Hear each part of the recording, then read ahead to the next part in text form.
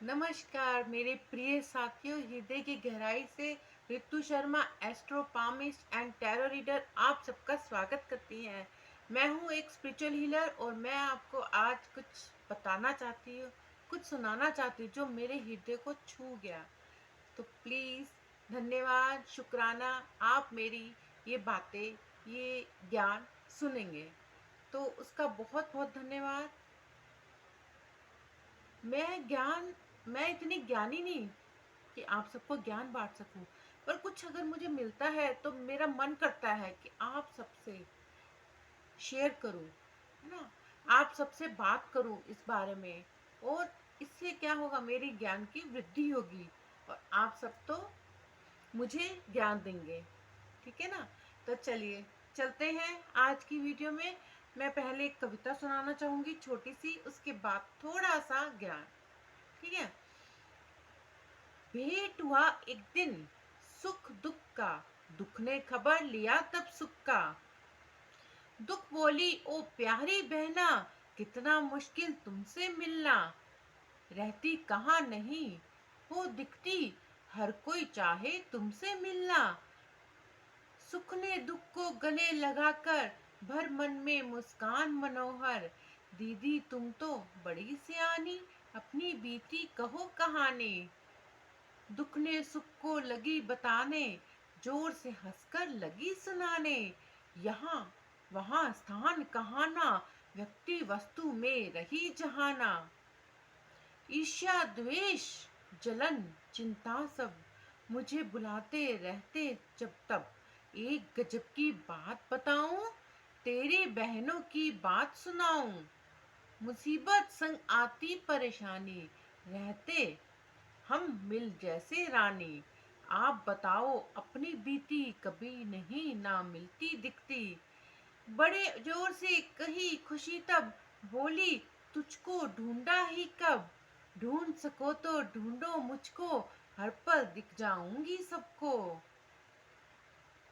सब बच्चों के किलकारी में, माँ के ममता मय लोरी में। कभी तो रास्ते में मिल जाती, कभी तो यारों के यारी में। कभी किसी की प्यास बुझाकर, कभी निवाला दो चार खिलाकर। कभी गोद में माँ के छिपकर, या अपनों में प्यार लुटाकर। पेट खुद थोड़े थोड़े पल में बटे, खुद थोड़े थोड़े पल में। आज आज में कल कल में, मैं मिल जाती कभी किसी के, गैरों के भी अपनेपन में।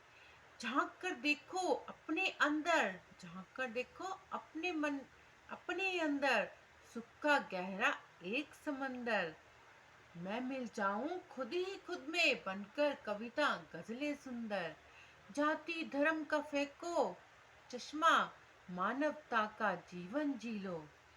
मिल जाऊंगी दुख में भी मैं, पहले प्यार का प्याला पी लो। ये कविता थी राम वृक्ष बहादुरपुरी की, जो मुझे बहुत अच्छी लगी। मेरे मन को छू लिया इस कविता ने, और मेरा मन किया कि आप सबके साथ मैं शेयर करूं और ये प्यार बांटूं। अब मैं छोटी सी बात सुनाना चाहूंगी। भगवान कहाँ है मानव जीवन में, सुख दुख में। यानी अगर हम सुख ढूंढेंगे तो हमें सुख दिखेंगे, हम दुख देखेंगे, दुख ढूंढेंगे तो हमें दुख दिखेंगे। तो क्यों ना हम सुख की खोज करें, हमारे आसपास ही सुख रहता है, कहीं दूर नहीं जाता। भगवत प्राप्ति के लिए भगवान को ना कहीं पृथ्वी पर, ना कहीं आकाश में, और ना ही कहीं पाताल में ढूंढने की आवश्यकता है। भगवान प्रत्येक प्राणी के अंतः स्थल में आत्मा जीव के रूप में विद्यमान होते हैं। योगेश्वर भगवान श्री कृष्ण ने अर्जुन को आत्मा के बारे में श्री भगवत गीता में निम्न प्रकार से बताया है। थोड़ा भागवत गीता का ज्ञान है, मुझे बहुत अच्छा लगा, इसलिए मैं आप सबसे शेयर कर रही हूँ। हे अर्जुन, मैं सब भूतों के हृदय में स्थित सबका आत्मा हूँ, सबकी आत्मा हूँ, तथा संपूर्ण भूतों का आदि मध्य और अंत भी मैं ही हूँ। अर्थात इस देह में यह जीवात्मा मेरा ही सनातन अंश है, और वही प्रकृति में स्थित मन और पांचों इंद्रियों को आकर्षित करता है। आत्मा जीव के बारे में महान संतों ने अपने विचार इस प्रकार व्यक्त किए हैं। जैसे तिलक के बीच में तेल छिपा होता है और चकमक पत्थर में आग, उसी प्रकार साई आत्मा जीव प्रत्येक प्राणी में रहता है जो सभी को दिखाई देता नहीं देता है, तथा कस्तूरी मृग की नाभि में स्थित होता है जो उसे दिखाई नहीं देता। कस्तूरी पाने के लिए मृग वन में इधर उधर भटकता फिरता रहता है। इसी प्रकार राम आत्मा प्रत्येक प्राणी के अंदर होता है, लेकिन लोगों को इसकी जानकारी नहीं होती है।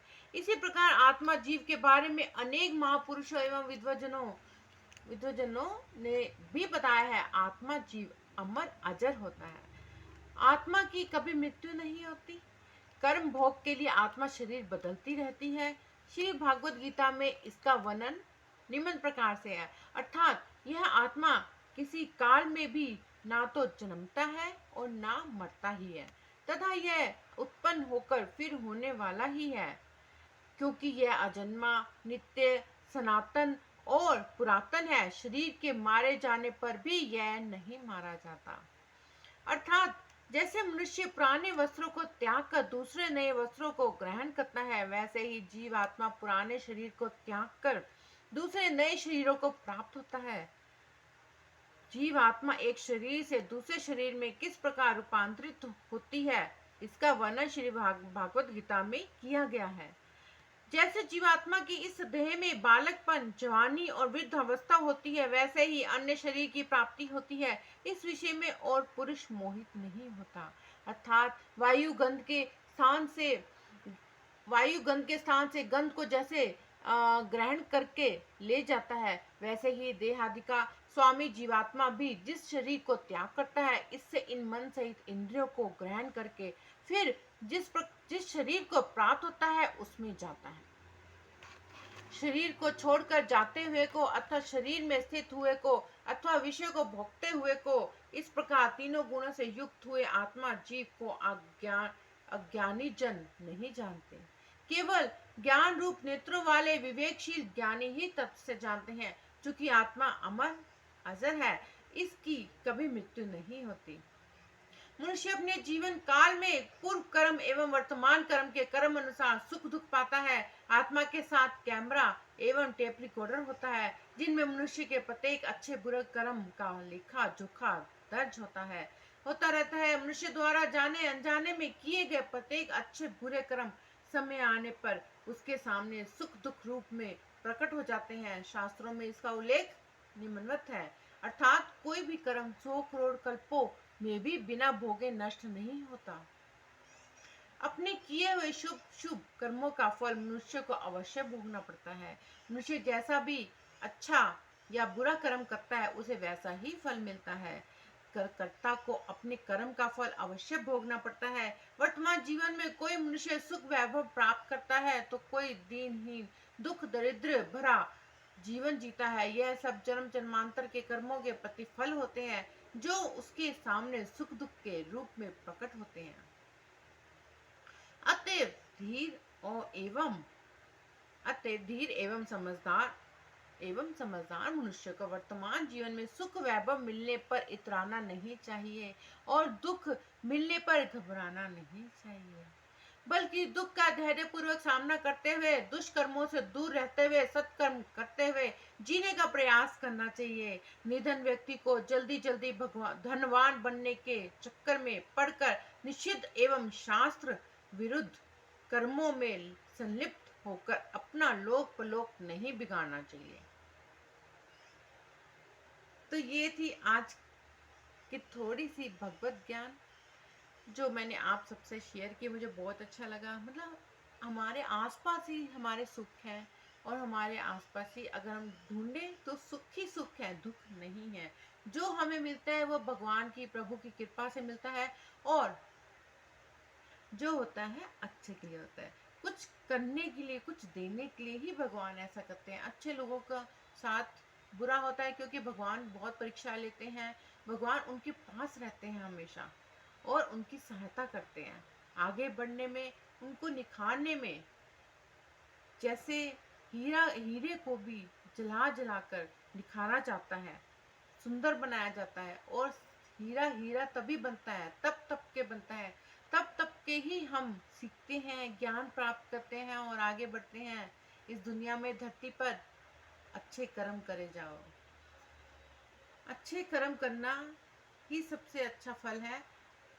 कर्मों को देखो, दुख सुख तो आना जाना है, ये तो आता रहेगा जाता रहेगा, और सुख दुख हमेशा साथ ही रहता है। तो धन्यवाद, शुक्रिया इतना सब कुछ सुनने के लिए। अगर पसंद आए वीडियो तो सब्सक्राइब, लाइक, कमेंट, शेयर ज़रूर कीजिएगा। धन्यवाद, बहुत बहुत शुक्रिया आप सबका।